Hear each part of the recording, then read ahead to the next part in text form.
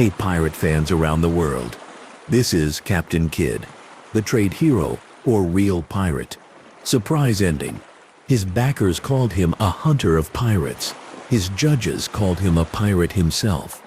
Captain Kidd's fate still hangs on what the papers didn't show. This story promises a side-by-side, source-driven journey through William Kidd's life, from commission and investors to voyage, seizures, trial, and legend. And it closes with a documented twist that reframes his final hours. The driving question is straightforward and weighty. Was Kidd a scapegoat of politics or a pirate by choice? The stakes were enormous. Fortunes, reputations, and imperial policy turned on decisions made on moving decks and in hot courtrooms, and the law of piracy itself took shape around his name. Before you get comfortable, take a moment to like the video and subscribe, but only if you really enjoy and want to fall asleep with pirate stories whenever you want. Quick fact: William Kidd sailed with a commission that blended royal authority and private money to hunt pirates, not to become one. Quick fact: his flagship, adventure galley, carried sails and 32 oars, so it could chase when the wind died, though the hybrid design demanded constant repair. Quick fact: the seizure of a richly laden ship called the Quidde merchant ignited the case against him and set empires arguing. Quick fact: New World investors and Old World politics pulled strings that reached into his voyage and his trial. Quick fact: when he finally stood before the judges in London, key documents he wanted admitted were refused, and a jury never weighed them. Two guiding questions follow the ship like a wake. What did the law actually allow him to take? And why did politics, not just facts, decide what the public believed? The hour ahead keeps a clear promise. It reconstructs a day-by-day voyage, a document-by-document prosecution, and a surprise ending grounded in a neglected paper trail. Before sails fill, a few steady points anchor the map. In the late 17th century, letters of marque and reprisal allowed private captains to attack enemies of the crown under strict rules. Admiralty law sorted prizes. Courts decided ownership. Proceeds were divided by formulas that looked almost like arithmetic lessons. In plain language, a lawful privateer had to target the right flag, respect neutral passes, safeguard the property of allies, and deliver captured ships to a prize court. Step outside those lines, and a commission turned to scrap. A hunter of pirates became a pirate in the eyes of the law. The framework sounds tidy on parchment. At sea, weather, hunger, rumor, and fear smudged the ink every day. A long look at the setup shows how pressure gathered even before the first cannon was cleaned. Investors in New York wanted results. Political allies in London wanted headlines. Company men trading in the Indian Ocean wanted protection for their routes and quick punishment for those who harmed them. Rival captains wanted the same seas and the same prizes. One misread pass or one flag flown in confusion could flip a lawful capture into a hanging offense. This is the deck Kidd stood on. He was not alone, but he would be held alone when the time came to assign blame. The plan that carried him from New York to London and then across the world was ambitious and, on paper, precise. The Indian Ocean drew the eye because pirates had shattered trade there, and because rich targets moved along known tracks. The route demanded timing with the monsoons, a sailor's calendar as strict as a banknote. Funding placed a clock on the voyage, supplies placed another. Adventure galley's mixed design promised speed when the wind failed, yet it also demanded crews at the oars and carpenters in the bowels of the ship almost daily. Even in perfect circumstances, a captain needed luck to match his timetable. Early expectations, fast departure, quick intelligence, sharp captures, ran up against the realities that tighten around every ship. Storms that push men off course, pump handles that break, sails that split across a seam at the worst hour, and crews who know their shares shrink each day a prize fails to appear. Money recruited men, and money made enemies. The consortium behind Kidd blended private fortunes with public power. Investors promised cover and profit. Their names mattered in colonial ports and at London tables. Shares were offered to crew on terms meant to attract skill and nerve. At the same time, enemies existed from the start, rivals under different sponsors, officials who disliked the way private ventures blurred lines, and company representatives who believed their writ should eclipse any governor's favor. A quiet tease threads through this network, the very hands that armed Kidd would later need a scapegoat when angry letters arrived from merchants and rulers far from London's river. The voyage out began, not with triumph, but with the sea's regular bill. Repairs cropped up like weeds. Supply gaps nagged. Morale had to be managed without the bright shine of early success. Encounters drew lines on the chart, and lines across the captain's mind. Press on into risk with a tired crew. Return to refit and lose time, or edge toward the border of his commission, and hope a court would later bless a decision that felt sound on a hungry deck. Tiny navigation errors, an hour too long on a certain tack, a current not felt until the wake betrayed it, became days lost. Days lost became news arriving late, a convoy already gone, or a chance to grab a pirate that turned into a rumor about a ship seen a week earlier. War and flags sharpened and blurred the law at the same time. In principle, enemy property could be seized, neutral or allied goods could not. The trouble was not the rule. The trouble was the proof. Sea passes, ownership papers, and the complex alliances of the Mughal trade zone made a checkerboard of rights that shifted with treaties and tempers. A pirate hunter might meet a ship whose crew claimed neutral status and whose cargo belonged to men protected by powerful friends ashore. On paper, all could be sorted in a prize court. On water, a hungry crew and a captain, desperate to justify a year at sea, had to decide before dusk which risk to take. The difference between a pirate hunter and a pirate lived not only in behavior, it lived in the documents he collected and the judges he later met.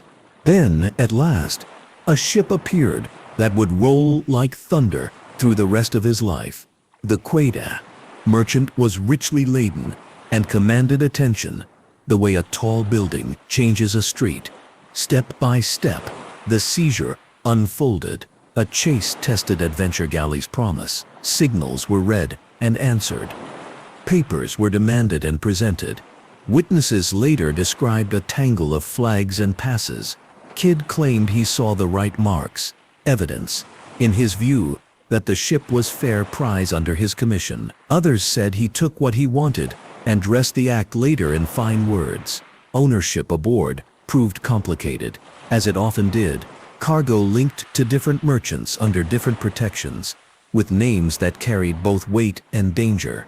That single act of seizure outraged powerful circles. Letters traveled quickly where people mattered. The Mughal court demanded respect for its merchants. Company interests calculated losses down to the bale and the coin. Each wrote to London. Each expected punishment. The ship that gave Kidd his paper justification also gave his enemies their campaign. A domino effect began. A scarce day passed without some ripple. An ally turning cool. A port less welcoming. A rumor becoming pamphlet shape. The captain pushed on, while fate gathered paper in rooms he could not see. A quarrel aboard brought the crew's morale into the story, with a human face. William Moore died after a blow struck in the heat of an exchange. Witness accounts painted a small deck under a large strain. Weeks of little to show, arguments about course and plan, discipline held in knotted hands instead of ink. The incident became a moral verdict in the public mind, long before it landed as evidence in court. Broadsides and coffeehouse talk spoke of a captain given to anger. Supporters answered with practical context, discipline at sea, the need to keep order, the danger of open wrangling on a warship. But words on the land move faster than understanding of life at sea. The man behind the captain became a character for strangers to bend to their needs. All through this period, the paper trail mattered as much as sail and rope. Kidd carried a commission and related documents. He knew the rules of prize. He knew that captured papers could save or hang him. He gathered passes and letters from ships he stopped, believing they would later justify choices. Prize law demanded a chain of custody for everything. Courts recognized ownership through marks and signatures. A missing piece of paper could swallow a defense whole. The difference between what a captain believed under a hot sun and what a judge needed to hear under cold lamps created a canyon. Kidd would later stand on the far edge, pointing across to the stack of pages. A court refused to let him bridge with his hands. When the sea at last gave way to a return west, the story did not slow. Caribbean waypoints offered rest and information. New York promised a negotiation with men who had spoken warmly of him at the start. He arrived not as a triumphant hunter of pirates, but as a captain who needed to show he had stayed within his license. Messages went out to allies with care. Meetings were sought, explanations prepared, goods and cash were deposited under guard. A cache was placed on an island, watched by men who did not take their jobs lightly. To some, these steps painted him as calculating, hiding ill-gotten goods. To others, the same steps looked like the prudence of a captain who believed a court would clear his name and wanted to make sure his backers and his crew could be paid their lawful shares. Both readings walked the same beach for a time. Politics decided which one the crowd would keep. Arrest followed the ebb of goodwill. The Earl of Bellamont, whose name sat near the top of the list of powerful friends at the start, now stood at the front of the line of men who needed a public answer for an international embarrassment. Party battles in London between Whigs and Tories reached across the ocean into the room where Kidd sat. A headline would soothe anger and distract enemies. A fall guy would teach the right lesson. The sequence of arrest and hearing moved with a speed that felt like wind behind a fast tide. The media of the day, pamphlets, ballads, and coffeehouse talk made him a villain or an object lesson before the first London judge asked a question in his presence. The route to England, which he had imagined would open doors to fair hearing, closed them. Those doors now swung only for men whose interests had changed since his ship first left port. The London trial revealed something important about the gap between the law, as people think it works, and the law as it actually works under pressure.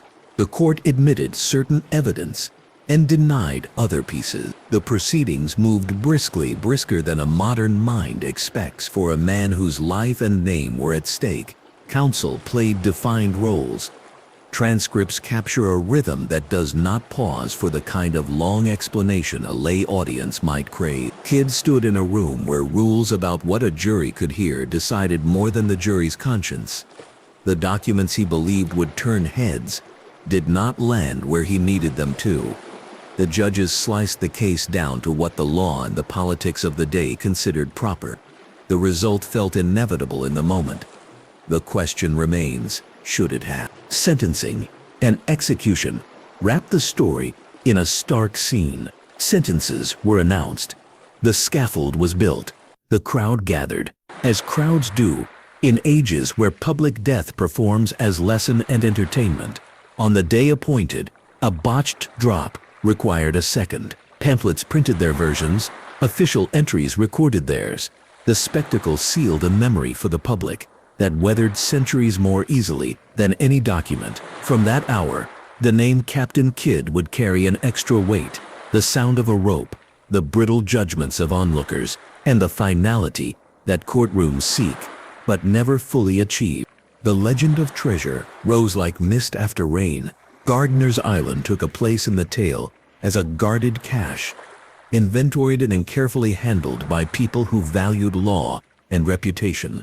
Other coastal whispers multiplied. The map and chest industry grew because maps and chests make simple pictures for complex events. Real inventories, items listed for courts and investors, fed exaggerations that doubled and redoubled the sums in the public imagination. In legal and practical terms, buried treasure meant something plain: secured assets held until courts decided ownership. The spade and the lantern came later, dug more by storytellers than by sailors. Evidence lies not only in paper, of course, but also in water. Wrecks tempt the adventurous and the curious.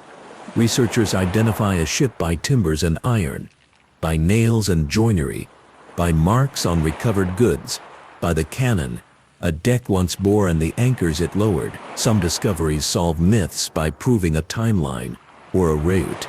Others create new myths when a find is announced with more enthusiasm than care. The line between scholarship and tourism is real and must be walked carefully. Artifacts speak quietly if they are allowed to. They say more in a lab than on a lawn. Public opinion outruns both forensics and courts. Pamphlets, ballads, and broadsides shaped Kidd as a villain or a victim with the speed of rumor. A single snappy phrase stuck in a crowd's throat more easily than a page of trial procedure. The persistence of easy stories explains why the character called Captain Kidd outlived the man and his documents. He became a puppet in cautionary tales and a spark in adventure stories because neat roles sell. The truth, less neat, takes more time and earns quieter respect. The global fallout from a single seizure clarifies why the stakes were so high. The Mughal court, hearing that a great merchantman had been taken, demanded redress to rulers with trade at the heart of policy.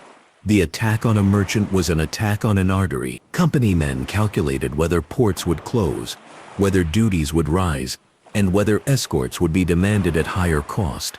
The crown weighed tariffs, treaties, and the presence of its flag in foreign waters. Colonies feared reprisals.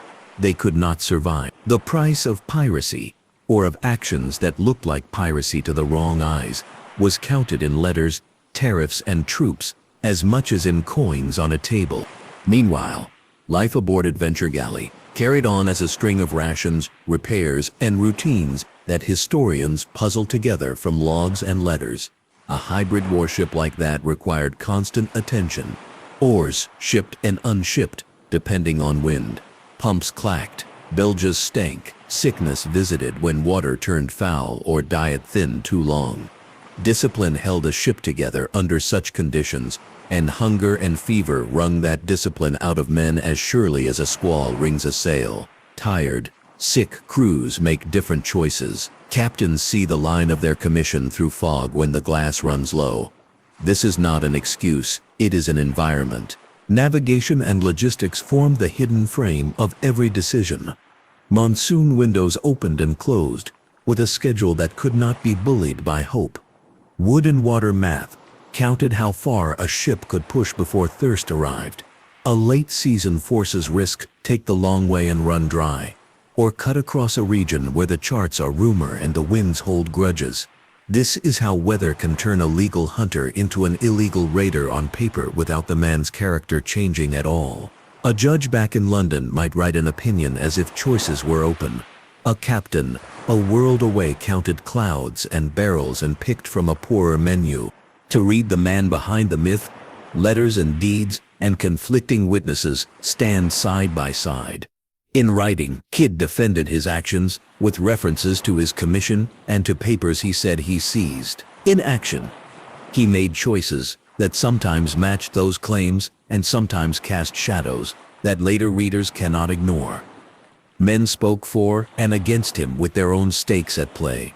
Loyalty to a leader, hatred for a harsh word, hope for a share, fear of a court. A portrait drawn under these conditions will always wear two expressions: a hunter who believed he was keeping faith with his license, and a taker who kept going after others would have turned back.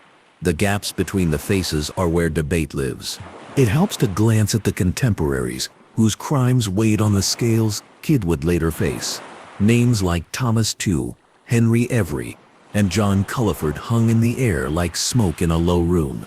When one pirate evaded capture and shamed authorities, pressure to convict the next man rose. Courts become theaters as much as instruments when a nation wishes to send a message.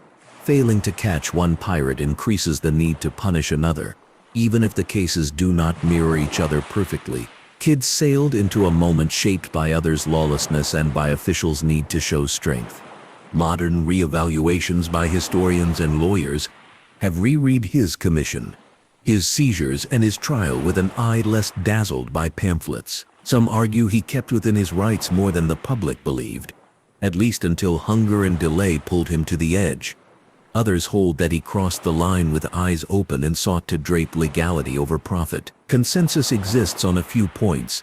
The trial moved fast. The rules about evidence were strict, and politics sat in the room. Debate burns around the center. How the papers that were not weighed might have changed the outcome had they been set on the table. That debate sets up the final turn. The thread of a document that changes the angle of the story without claiming magic. A quiet reconstruction of the hours before his execution sets the scene for the surprise ending without theater. The night is cool. The river moves with its patient logic. Officials move in practiced patterns through rooms that smell of paper and tallow. Kidd asks again, as he had asked before, that certain documents be considered. He names the papers, passes, and attestations taken from the Quedagh merchant, that in his view proved the ship was fair prize under the conditions of war and alliance the crown had announced. He insists that these pages, stamped and signed, were the shield he carried through months of danger. He says they were ignored. He says they would clear him. A clerk refuses. A judge declines. The hour advances. Quick fact: in the years that followed, references to those very papers appear in collections and copies, noted by hands that cared about detail. They did not erase guilt. They did not crown virtue. They added weight to a side of the scale that a jury never saw. The surprise ending, then, is not a treasure map dug out of sand. It is a key turned quietly in a lock that the trial left shut. The sound is small but real. Before that key turns fully, a fair reckoning gathers the claims side by side in a calm matrix. The case for betrayed hero begins with the commission itself, moves through the law of prize as it stood, leans on the right of a captain to act under confusing flags in a theater crowded with enemies, and rests on documents that he said endorsed his choices. It notes the speed of the trial, the refusal to admit evidence he valued, the political need to placate powerful merchants and distant rulers, and the party battles in London that made his name a convenient lever. It points to the careful deposit of goods under guard, to the approach to New York not as a fugitive, but as a captain seeking to regularize his situation, and to letters in which he asked for law, not for mercy. The case for real pirate begins with the testimony of men who sailed with him and against him, gathers the details of the Quedagh merchant's seizure and the human cost of it, underlines his responsibility for the death of William Moore, and weighs moments when he appears to have pressed advantage beyond the letter of his license. It reminds the listener that a man judged by results may be forgiven for bending rules when the bent rules serve the realm, but not when they harm. It notes that hungry crews do not force their captains to take rich prizes. Captains decide. It asks whether the pattern of decisions points to appetite more than to accident. A careful mind sees both columns clearly and knows that hard history often lives in the space between. In that space, the missing papers matter, not because they would guarantee acquittal, but because they would have forced a jury to balance law and fact with more information than the judges allowed. The story now returns to the shoreline of his final day, so the key can turn. A guard checks the rope. A clergyman speaks to a condemned man in words fit for any century. A small box of papers sits in a place of order, not in a place of rumor. In the years after, those papers surface in references, in copies, in notes that historians examine with care. They show that the Quedagh merchants sailed under documentation tied to powers at odds with England in that season. Documentation that, taken one way, marks a lawful prize, and taken another way, marks a diplomatic fire that London needed to put out by any means. The court chose which reading it would hear. The public heard what the court permitted and what pamphleteers shouted. The man in the noose knew which pages he wanted held up, and he died knowing they were not. The remainder of this hour will sift those pages with the same chill, steady tone that has guided the voyage so far. The aim is not to rescue a hero from a scaffold or to nail a villain more firmly to it. The aim is to show how paper makes and unmakes a life at sea when kings and companies argue, Heads up on this, the ending does not claim a miracle. It claims a viewpoint that the jury lacked, and that viewers can now share. To bring the audience into the final balance without hurry, the script enters the small human rooms again, the places where law touches lives.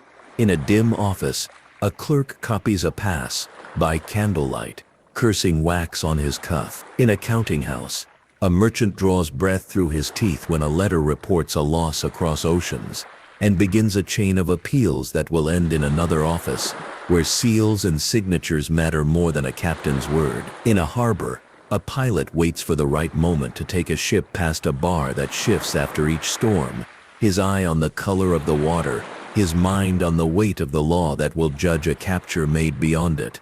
These rooms and decks and desks are the stage on which Kid's name played out.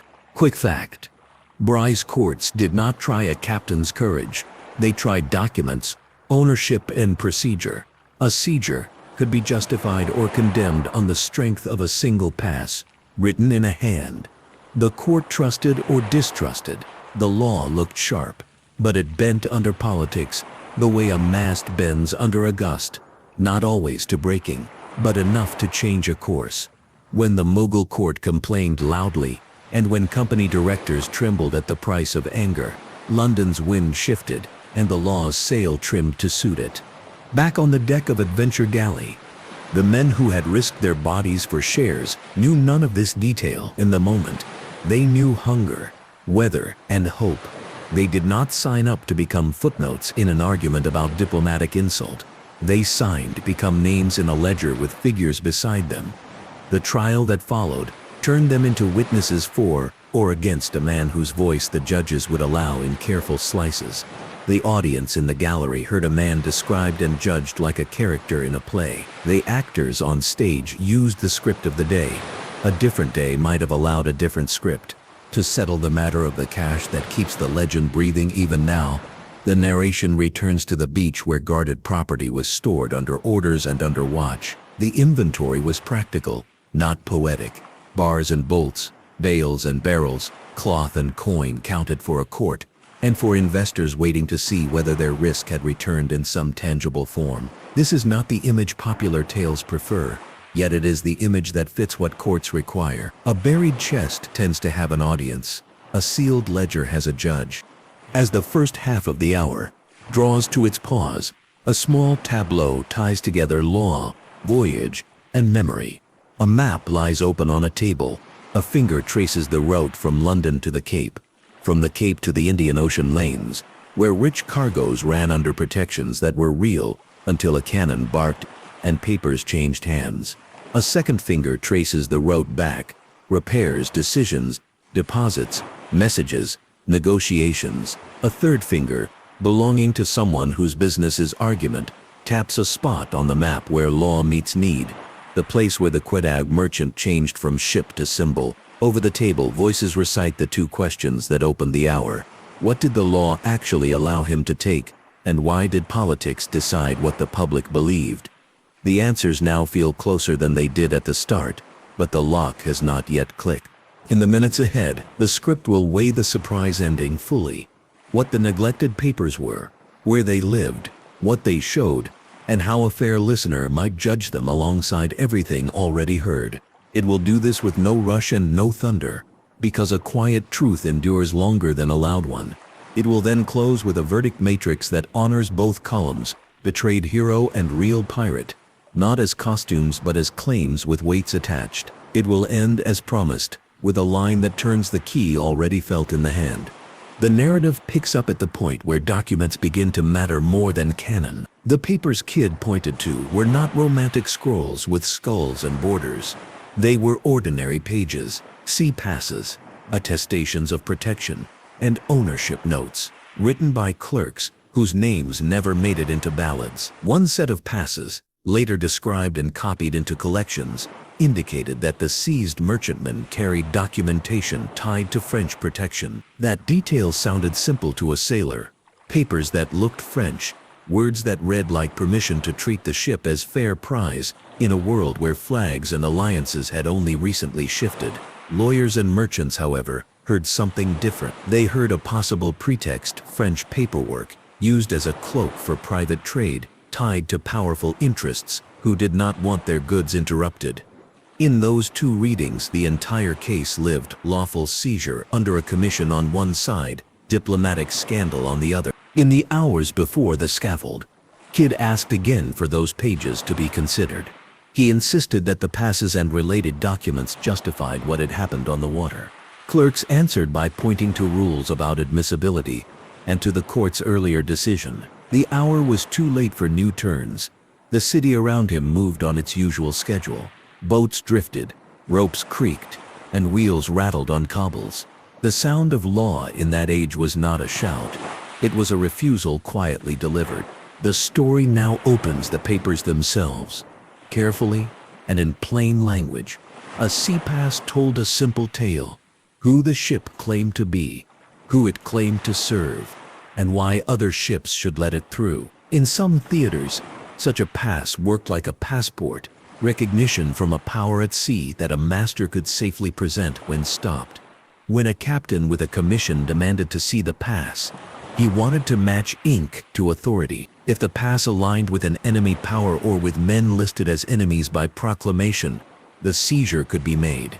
If the pass aligned with a neutral or an ally, seizure could not be made without a sharper reason. On the day the Kodak merchant was halted, the papers in its chest gave a picture that was not clean.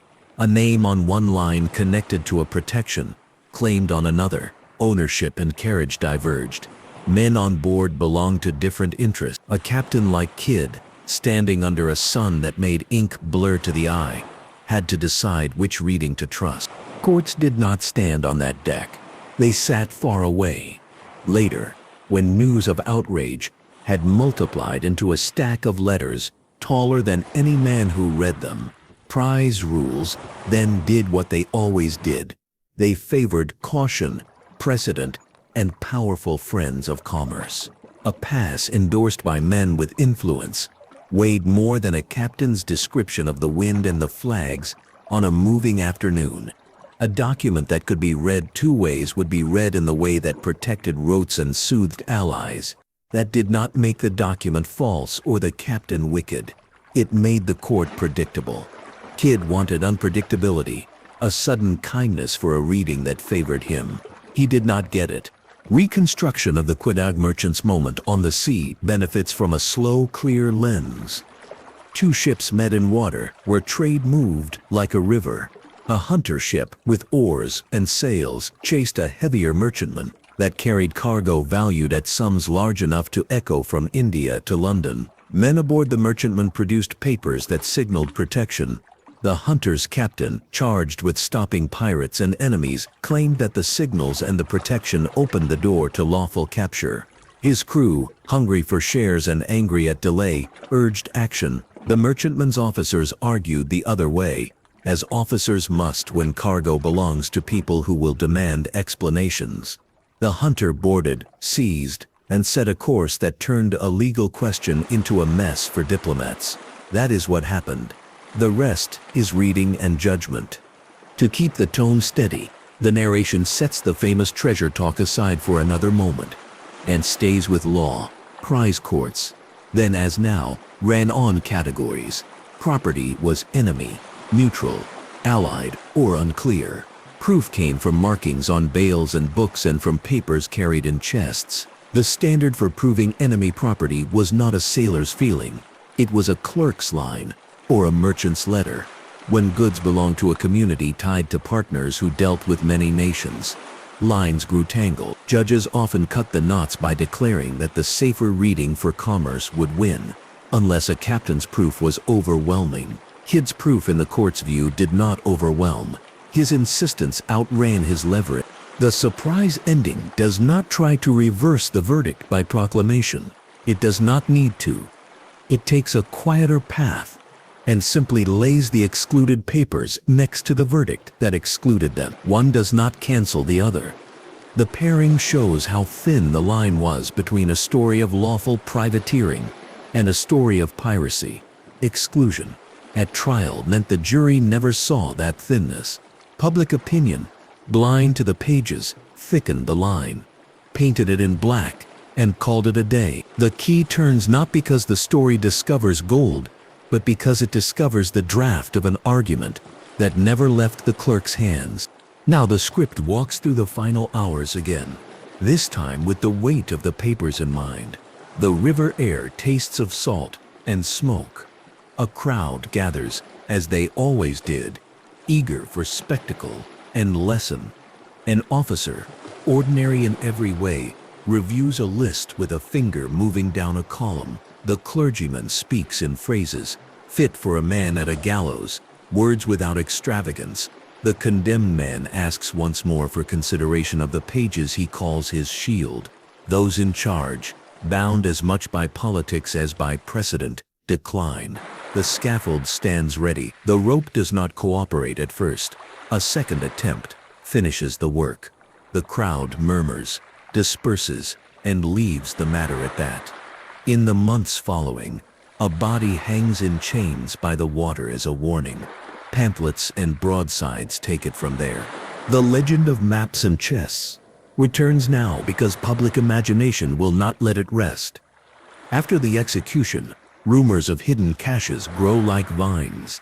A guarded island makes headlines because it combines two things: audiences' love, secrecy, and propriety. The family, who agree to keep an account for goods, do their part with measured care. The way people act, who know neighbors and officials will knock on doors if a misstep is made. Other places claim the same distinction without the same proof, because claims are cheaper than inventory. A century of digs follows, some official, some fanciful, and more than a few motivated by the pleasant idea that history owes modern people a sudden windfall. Inventories preserved in sober hands do more to explain the business than any spade ever will. The sober truth looks like this: bills of lading and lists of bales, speaking in numbers, types, and owners, entries that note condition and count, items held for a court to decide. A chest buried with romance in mind rarely sits within reach of a real archivist. Artifacts at sea do their own speaking in time.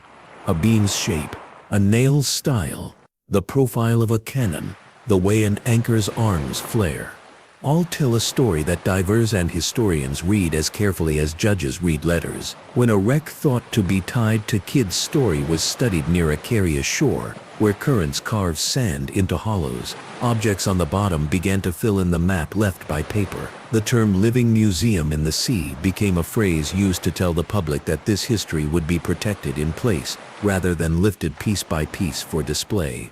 Each decision, like that, builds a bridge between curiosity and care. It also reminds audiences that not every bronze fitting on a lawn is a fair or accurate witness. With most of the heavy furniture of the story now in place, commission, capture, paper trail, trial, scaffold, rumor, and the conservation of remains, the narration builds the promised verdict matrix in words meant for any listener. On one side stands the picture of a betrayed hero. It begins with the commission, a legal frame issued by respected authority, empowering a captain to move against enemies of the realm and against pirates who harmed trade. It proceeds through months of hardship in which a hybrid ship had to be kept alive, and through seas where fleets of hostile and friendly traders shared lanes that were never as clear as an ink line looks in a book. It rests on the claim that the Quetizo merchant's papers, seen as Kidd said he saw them, allowed a seizure at the time it occurred. It notes that the trial did not let a jury hold and weigh those papers. It observes that powerful investors and officials had a reason to prefer a clean public punishment to a complex defense, because the world beyond London, rulers and merchants with long memories, wanted a symbol more than a seminar. On the other side stands the picture of a real pirate. It begins with the core facts that nobody disputes. A rich ship was seized. A man died after a quarrel aboard. The voyage produced a cyclone of angry letters, lost time, and choices that widened rather than narrowed the risk. It fits Kidd into a pattern that the age knew well. Captains who began within rules and slid beyond them under pressure from crew, creditors, and hunger. It uses testimony from men who sailed with him, including those who disliked him or who wanted to save themselves, and it asks listeners to judge credibility the way any court must. It keeps one finger always on the cost to injured merchants and to diplomatic peace. If a captain's decisions wound commerce in a way that outruns his license, the law does not spend all day analyzing his motives. It counts the wound and responds. The balanced judgment that follows does not split the difference for politeness.